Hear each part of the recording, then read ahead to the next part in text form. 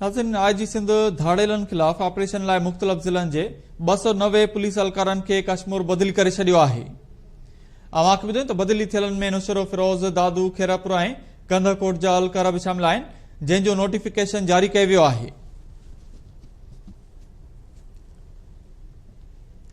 Police एहलकारनि खे धाड़ेलनि खिलाफ़ operation लाइ 3 महीननि लाइ कश्मीर रवानो कयो वियो।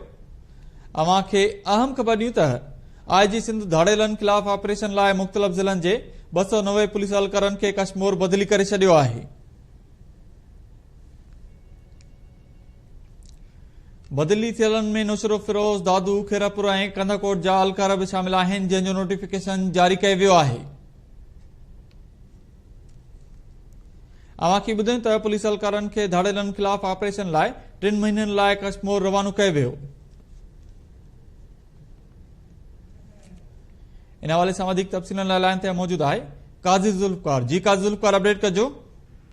जी बिल्कुल, आईजी सिंध जे मुख़्तलिफ़ ज़िलनि जे 290 खां वधीक पुलिस एहलकारनि खे कश्मीर बदिली करे छॾियो आहे।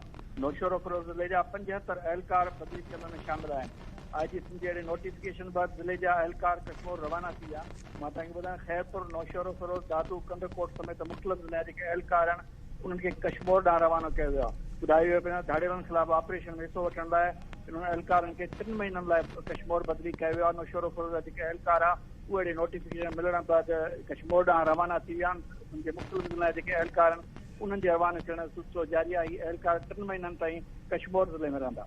जी, वॾी महिरबानी अपडेट करण लाइ काज़ी ज़ुल्फ़कार।